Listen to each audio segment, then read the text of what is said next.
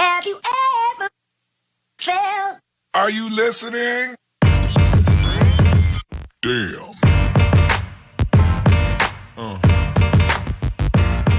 Yeah. Alright guys, welcome back to Most Mosaic with me, Jenny. And me, Sarah. Yeah, hey, this is our second sort of short podcast named Bat Chat. And today's topic, I think mainly is going to be the elections here in the UK for those who live abroad, who don't live in the UK, or who live under a rock and are very, who don't believe in politics. Who are very anti-politics. That's ridiculous. If you are anti-politics in this kind of climate, come on, slap yourself, please. Wake up! But yeah, we had a snap election here because our Prime Minister, Theresa May, wanted one. She asked for a snap election because she thought that, you know, I guess she was hoping to sort of boost her power for the Brexit negotiations. And it is actually the third time in 2 years that a major UK-wide poll has taken place. So I'm actually kind of sick of voting. I feel like I live in the polling station. It's become to that stage where we've got a better relationship, a closer relationship to the staff at the polling station than other people in our lives. It's got to that point. It's been a lot. Like, Britain, just make up your freaking mind and let's just go ahead with one bloody idea and that's it. Just one government, but yeah. For those who again don't know, who haven't read the papers, who are boycotting the media, you know, May was hoping that the Tories get more power. It wasn't really what she hoped for, because the Tories actually lost their seats and they lost their majority government. Yeah, so they needed 326 seats to win. They got 318. Labour got 262. SNP got 35. Liberal Democrats got 12. And the DUP got 10. So look at you. Someone did their homework. No, honey, I just Googled it a second ago. But yeah, so basically the results are hung parliament. She doesn't want to resign. And now there's going to be... She's clinging on to power. Yeah, which is absolutely disgraceful. And I think she really should resign. She looks really unhealthy, really anxious. Yeah. She hasn't gone to any of the debates as well, which makes me think, are you fit to hold conversations with EU leaders? I don't think so. So basically now there's a prospect of a coalition between the Conservatives and the DUP. And Can I just say, who the frick are the DUP? I know, I literally never heard of them until this election. Never. Looking at their, it must be the most searched thing at the moment. Like, who the hell are DUP? Who is DUP? What do they do? What do they stand for? But looking at their sort of agenda, they don't seem like a very nice party. I know. Like, on the key issues, they're really like abortion and stuff. Yeah. They're not a good party. No, they're extremely conservative, and they see themselves as evangelists. And people are quite worried because they're quite regressive with like LGBT rights, and the abortion thing as well. What the hell? It's literally just so archaic. Like, we're literally going backwards. It seems like May is trying her best to ruin the Conservatives' image. Like, maybe she's like an undercover agent sent by Corbyn. Just to make them look awful, just to see their downfall. Yeah, I mean, you know, we had Karen saying, "Oh, I'm going to shoot myself. I had the best shooting myself in the foot of this whole like century," and then May comes and she's like, "Nope, I'm going to outdo you." A lot worse with this election, and she just did everything wrong that she could possibly. I know, and I just feel like she's just going to faint at any moment. Like, she's just going to drop dead or evaporate. Like, I actually fear for her health. She just doesn't look good. So basically, I've been thinking, what does this alliance actually mean? So I've asked a few people, and they're saying because it's looking kind of weak, there might be a possibility that there might even be another election in a year or a few months. Yeah, exactly. I wouldn't be surprised if that happened, no. I know, not at all. Because even her own, you know, obviously Corbyn is asking her to step down, but even her own party members, even, you know, Tory MPs are saying, you know what, May should actually reconsider her position as the Prime Minister because she is shit. No, she led them to chaos, really. She has. And I mean, okay, one good thing has come out of this, the election, the fact that, you know, the Conservatives it will be a bit more difficult for them to pass policies. There's like a lot more weight, with the other parties now. And, you know, Labour can have more of a say. So much more power, which is amazing. I know, Labour did so freaking well. Can we just have a moment for Labour, please? Like, they've done They haven't won. They haven't won, by all means. They haven't, but I mean, you know, considering how very strong Corbyn's views are, and how, you know, most people, even those who voted Labour, would agree that Corbyn isn't really Prime Minister material. I know. My God, has he come back from the dead as well? A few months ago, they wanted him out. They were literally forcing him to resign. Yeah. It was very hostile towards him. Like, they were very aggressive, and the media were just completely against him. And now there's been a massive U-turn, which is kind of strange. And also, I don't know if you were following the Labour campaign on social media. Like, young people went nuts. Like, I know. So this election, it was the highest turnout for young voters, and all these young voters were Labour, which is exactly. There you go. The campaign this is why people need to vote. Yeah, it was so phenomenal. And also, I don't know if you saw, there was a big grime music influence, so a lot of high profile backers. There were MCs and rappers kind of mobilised the youth vote, and it had a lot to do with that. So. Yeah, that's pretty good. I don't know if you heard them. Someone sang a song called Liar Liar about Theresa May, and that blew up during the campaign as well. I'm trying to find the lyrics to this song, but yeah, it's hilarious if you get a chance to listen to it. She's a liar, liar. She's a liar, liar. No, you can't trust her. No, no, no, no. We all know politicians like telling lies. Big ones, little ones, porcupines, saying they're strong and stable, won't disguise. We're still being taken for a ride. The nurses going hungry, schools in decline. I don't recognize this broken country of mine. They're having a laugh, let's show them the door, then cut the rich, not the poor. I've been very clear that I think we need that period of time, that stability, to be able to deal with the issues that the country is facing. I'm not going to be calling a snap election. She responded to it saying that she had heard of the song and was not very happy about it. I don't much like it, she said. I don't think anybody would, when they heard a song about themselves like that. Okay, boring. She didn't really say why. Boring. I feel like UK politicians are always like that, so like tepid, and they just don't want to offend anyone, so politically correct. They're just always lukewarm. And I was talking to someone about the French president and also the Canadian one. Like, they just have balls, and they have integrity, and they stand up for what they believe in. Because I don't know if you saw, he had a bit of a kind of like, I don't know, it was a bit of an awkward moment with Putin.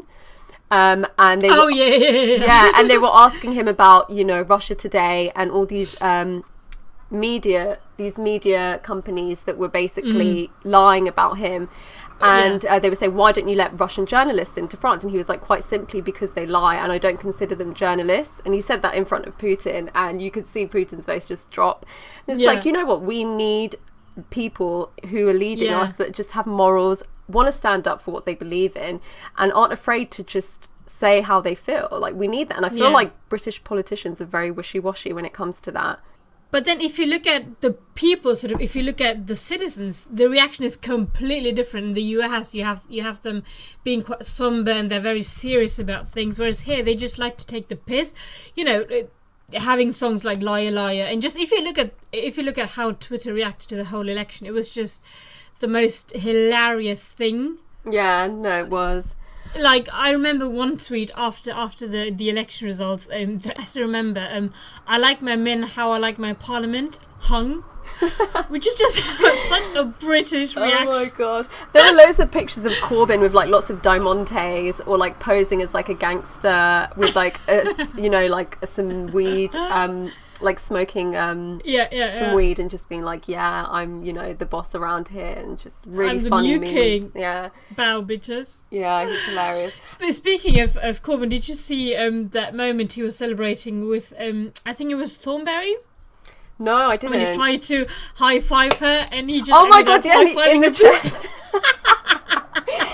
That is something I would do out of awkwardness. God, Bless that is him. so funny. I know that like it was so deeply awkward, and it just makes him so much more human. You know what, like I've always voted for him, and I just love him as a person. Even when people hated him, I was like, I love Corbyn, I don't give a crap. And everyone says he's not leadership material, but it makes me think, if being, you know, integral, being a good, kind person is not leadership material, then what is? Like, they're like the main traits that a leader should have. So yeah, anyone who hates Corbyn, F you, I'm after you, because he is like the sweetest human ever. And obviously I live in Hammersmith and Fulham, so it's a mainly Labour area. So I've had a lot of campaigners from that side, like coming over, knocking on my door, even saying, you know, if you need a lift to the polling station, let us know. They've been really, really active. But yeah, I've even put a little poster up saying I'm voting Labour. I don't think anyone can see it because my room is like on the first floor, but for all it's worth, it's there. But a lot of people on Facebook have that as well, like that apparently you can get like little... Oh really? Like a little to put on your profile picture. Oh, okay. I vote Labour. Like most of my friends, well, all of my friends voted Labour. But yeah, they have promised quite a few things that are very appealing to young people. And if they are going to follow through with that, I don't know, but I don't know, the promise is better than what we're getting with the Conservatives, I guess. So yeah, for anyone who doesn't know, they were looking at scrapping tuition fees, bringing back housing benefits for young people between like 18 and 24, and bringing back like school dinners for children. So a big emphasis on education, welfare, health. So yeah, for me, it's pretty good. And I don't know why I wouldn't vote for that. A lot of people actually said they would vote for the Green Party, and I didn't really look into their manifesto, but I feel like it would have been a wasted vote, especially in my area. I know friends who, you know, friends from constituency where they know it's going to be 100% Labour. They voted for Green because they knew, it's going to be Labour anyways, but I'm going to give the few votes that sort of, you know, that can be spared, I'm going to give those to Green. Oh, okay. Yeah, well, that's fair enough then in that situation. Yeah. But again, I don't know much about their manifesto. I think the only thing I know about them is that they're pro polygamy. They want to legalise polygamy, I think, which is jokes. Dear Lord. But did you watch the interview with JME, the MC, and Corbyn? No, I don't think I did. Which is that? So JME is a rapper from London, and he was Jeremy? JME. He was very like big in the grime scene when I was like 15 or something. And he had an interview with Corbyn. I think that really boosted his votes as well. And a lot of people say that the majority of people vote for the person, not the party. So this is true, yeah. Yeah, so it's a lot about how you present yourself, if you're, you know, amicable, if you're, you know, you can relate to the people and stuff. And I think it was quite a funny interview. They were just talking about, like, Jamie was saying he's a vegan, and they were like bonding over food, and then he was like, okay, well, I've never voted before. And also Akala as well, he's another UK grime artist who said he's never voted before, but this is the first time that he's going to vote. So this is literally a big deal vote. Like, people that have never voted turned up, made the effort. And he was just saying, okay, for people who have never ever voted, why do you think it's important to vote now? And do you think we will make a difference? So he answered those questions quite well. And he's a hilarious guy. But yeah, check it out. I think that's one of the endearing things about Corbyn, that he just literally seems like someone that you can have a pint with in the pub, and who's just honest, and who's kind of self-deprecating, and who doesn't shy away from, you know, from confrontation or just an honest answer. Whereas May is very wishy-washy, and she's just very prim and proper. And all she keeps banging on about is a strong and stable government, which we don't have. Yeah, not at all. We just need more, really. I think everyone's just sick and tired of, like, waiting, like, just barely scraping along. It's very difficult living in London now. And just also the fact that housing is something that's completely out of my reach, you know, as a young person. And it's so difficult to, you know, buy a house and get something that's affordable and get something that's close to my family's house. Even renting a flat, just starting that. It's impossible to start. Standard of living is a joke in London, and it's sad because you know, I've been brought up here, and why should I kind of compromise that and live somewhere far from my family just because I can't afford it?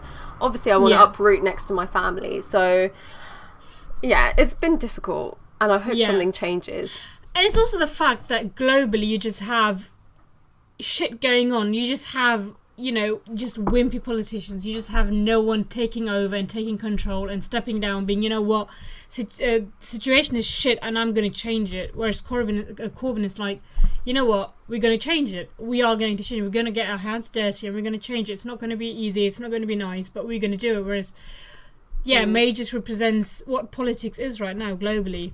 Exactly, yeah. By the way, have you seen that apparently there was an article in The Sun encouraging parents to tell their kids not to vote? The Sun just keeps getting lower and lower every day. Absolutely awful. I just, and it just said, do things like deter them from voting by bribing them with PS3 games. And it was just bullshit. Let me try and find this. Oh, this is actually rank. Oh my god. I mean, I've never been a fan of The Sun, but this is actually... Isn't that illegal? It feels like that should be illegal. I don't know. To tell people to not vote. But speaking of the media and sort of, you know, tabloid shit media, have you heard of Rihanna's booty? Or Rihanna's, you know, weight gain? Booty? No, I haven't. Tell Growing me more. booty, yes. I haven't really been following pop culture at the moment, which is shock horror surprising for me. Yeah, I know. This is probably the first and last time maybe that I'm going to be knowing more about... God, you granny. So basically, what happened is I was sort of scrolling through my Facebook, my feed, and Jezebel was going crazy that it wasn't just Jezebel, just generally the media was going crazy that Rihanna's put on a bit of weight, and everyone obviously had their opinion about it. You know, some was saying that, you know, she's fat, she needs to lose weight, and there was this blog post by this author Chris Spraggs, who wrote an article with the headline of "Is Rihanna going to make being fat the hot new trend?" Now, if you Google Rihanna now, she isn't fat. She's not even close to a normal human being. She still looks flawless. You know, she's still got a perfect. She is stunning. Figure. Like literally, she has had a glow up, especially after Chris Brown. She just looks so good. Yes. In every way. That She's literally the hottest phase. woman out there at the moment. Hands down, I will say that.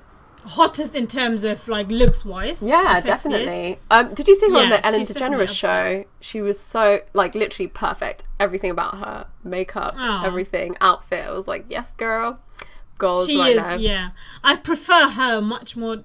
I prefer her now much more to the one that she had like with Ponder Replay, like in the early stages. Because she just looked like a black Barbie doll, whereas now she just looks like a woman who. That's what I mean. She has improved so much in terms of looks, like, and she works out a hell of a lot, and you can tell.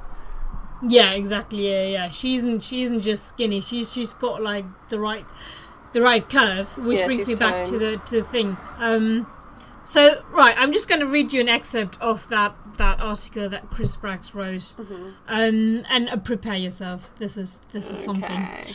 A world of ladies shaped like the Hindenburg, loaded into one-piece bathing suits, may be on the horizon now that Rihanna is traipsing around out there looking like she's in a sumo suit. Oh my god! I don't even know how to react to that. Like, hold on. So when did she start putting on weight? Is this a very recent thing, or is this like in the last year? Very recent. I look like the last 2 weeks or something. Because I remember in her work video, she had like bigger curves than usual, and she looks so good. Like, you can dance better, by the way, when you have a bit more junk in the trunk. Really? I didn't. Okay.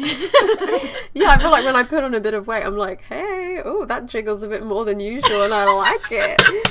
So go her. Like, I don't know. You do feel more kind of, I don't know, more sexy when you've put on a bit of weight. Personally, I do, anyways, and I think she looks great. So she still looks amazing. Like, she's got, you know, the strong thighs. She's got a bigger booty. She just looks nice.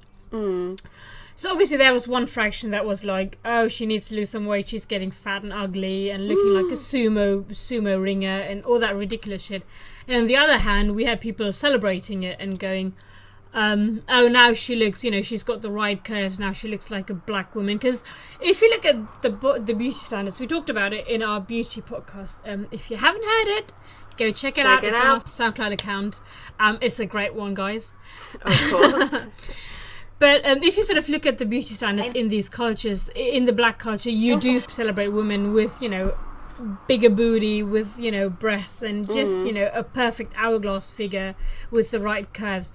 And I guess Rihanna is now more that. She's not skinny. Not that she was ever skinny, but, yeah, she for the Caucasians.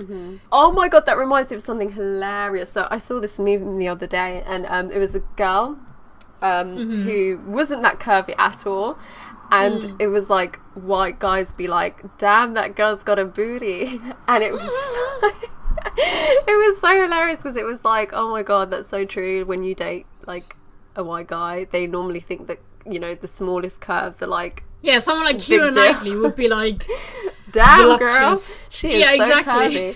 curvy. But yeah, not all white guys, but just saying generally, it was a funny meme. Yeah, found it hilarious. But yeah, so we had these two sort of camps, I suppose, that were reacting to this. But I think just generally, I think the fact that we are taking time out of our lives to just write articles about Rihanna's weight gain or weight loss, for that matter, I think that in itself is a bit disturbing. It's a distraction, isn't it, from everything that's going on, and it's easier to watch or to criticise other people than actually look at what's really going on. And make a change and be part of that change. Yeah. You can just be much more pathetic and just sort of stand in the sidelines and be like, oh, look at her booty. Exactly. Yeah. Leave her alone. I you know what, I don't know if it's me, but I can't see any weight gain, and I think she looks amazing. I think she looks absolutely fucking fabulous. And she was like, you know what, fuck it, because she was shooting a video with DJ Khaled, and she had this sort of, I think she had like a 70s, 60s look, and she was wearing like a see-through crop top, obviously bearing it all, and it's like in typical Rihanna fashion, sort of showing them the middle finger, and which I thought was I love that brilliant. about her. She just does not give a crap. Yeah, she just does.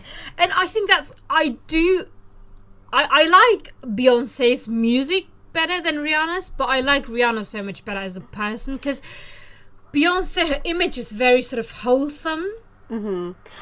Yeah, and very sort of prim and proper, whereas Rihanna is just like, Rihanna's more relatable for the average millennial young woman, because she's just about her business. She doesn't need no man. No, literally though, she's the kind of woman who has the power in every relationship. You can tell. Yeah. She doesn't let shit get to her. She's smoking weed, having a good time on her yacht parties, and just unfazed by everything, and I love it. Did you remember the time when she was linked with Leonardo DiCaprio? Yes. What the fuck was that? I can just tell that was another relationship where she had the guy wrapped around her finger, like, oh, absolutely, completely on top and in I think he just wanted to try out something a bit more saucy. exotic. There wasn't just a white supermodel, so he just went for something that was a bit stronger, but he must have realised very quickly that he can't play in that league. Do you reckon they had a proper fling, or it was just a kiss or something, or just a flirt and the magazines blowing it up? I don't know, but either way, he would have been the losing party. Marry me, Rihanna. Yeah, I can literally I think he would have been way too weak. I don't think that someone like Leonardo, I have all the respect for Leonardo DiCaprio. I think he's a great actor, but I don't think that he can juggle someone. He can work with someone like Rihanna. Wild. She's way too strong for him. Yeah, I know what you mean. I can see that as well. Bless him. I think she looks great with Drake. I really think, because he looks like a sensitive guy who cares for a lady, and who just he would do anything for her. But at the same time, like, he's still, he's a pussy. Yeah, he's too sensitive for her. Yeah. To be fair, I can't even see her with anyone. I don't think anyone's good enough for her. I don't have any guy in mind that's strong enough for her, has some real balls, and who just lets her do her own thing. I don't think she's even looking, Drake to be would fair. be that, don't you think? Who? Drake? To be fair, like, they are both highly sought after from the opposite sex, like, incredibly. Like, they're probably the most, you know, up there, like, bachelors dream boyfriend right dream now. girlfriend. Yeah. So in terms of that, they probably would find it quite easy because they'd be pretty casual and open, maybe. I don't know. Yeah. But then again, I feel like she doesn't want to be tied down right now. She's having fun. Good for her. How old is she? She's younger than me, that's for sure. She's 29, honey. Fuck off, she's not. Yeah, born in 1988. She looks just damn good. Yeah, I love her. She's great. By the way, did you see the The what? the loony bin party or something? And yeah, the one who did like Darth Vader. no, sorry, the official monster raving loony party, and then someone turned up as the bin monster or something, and he was literally wearing a bin on his head with a cape. He looked like Darth Vader, basically. Yeah, not for me. Sometimes you see politicians, you're like, I don't even know where you came from. There's this lady running for Harrow. She's a UKIP member, but she's Sri Lankan. Oh, okay. And I'm like, how does that work? How do you... You're an immigrant, bitch. Like, how is that even, like, do you know what you're doing? I know, I wonder that as well. Maybe they're brainwashed. Like, some people are brainwashed, exactly. Brainwashed or just in disguise. Maybe there's a white person underneath and it's just like a big prosthetic hijab. They're going to rip off the mask. Sorry, yeah. Oh, fucking hell. Would you even ever consider going into politics? Or have you ever thought about it? No, actually. I don't think I could take on the responsibility of just having so many people on my back asking me things and having to really accomplish and pull ahead with all these promises. It's a lot. Would you be able to do it? No, I would never. To be fair, when I was really young, I wasn't political at all. It was only sort of in my sort of mid-20s, early 20s that I sort of started getting political after seeing, like, you know, because you're just forced, you know, with all the bad news out there, you're just forced to sort of participate and be a part of that generally happens, doesn't it, after uni? But also, recently a lot of people have been more like politically awake, like, oh my god, it's just kind of sent an electric shock through all of our spines, because we're like, oh my god, if we can make a difference, then we have to do something and stop the world from just like going into complete chaos, which it has been in the last few months. But I think sometimes I just look at the news, I look at politicians, I'm like, this is such a thankless job and it's so complicated. Now, it's not black and white. You might have an agenda and you might stand for certain things, but if the government is, you know, is largely conservative and you yourself are liberal, you're just really, really difficult to pass new laws or, you know, to make that change happen. Yeah, it is. It is. And it's, you know, and sometimes your own party is against you, and it's just so difficult to not get sucked into shit. It's incredibly and to stressful. Remain your integrity. So I don't know if I'd be able to deal with that. Yeah, exactly. They all have their limitations at the end of the day, and they're all media trained to a particular point, and they have their limitations and they have things that they have to do, and that's something that it's hard to uphold your morals when you are in a position of such power. I agree. That's why I'd like to stay away from that kind of responsibility. I don't want anyone's blood on my hands. No. Yeah, just stand in silence and just keep pointing fingers. I think that works best for me. Judging everyone from the sidelines. Okay, so I think that's all for today. Unless you have anything else. I think this is the most political that we've ever been. I think this is the most political talk I've ever had with you. Oh, god damn, really? Had to pull out all the shots today. Maybe, yeah.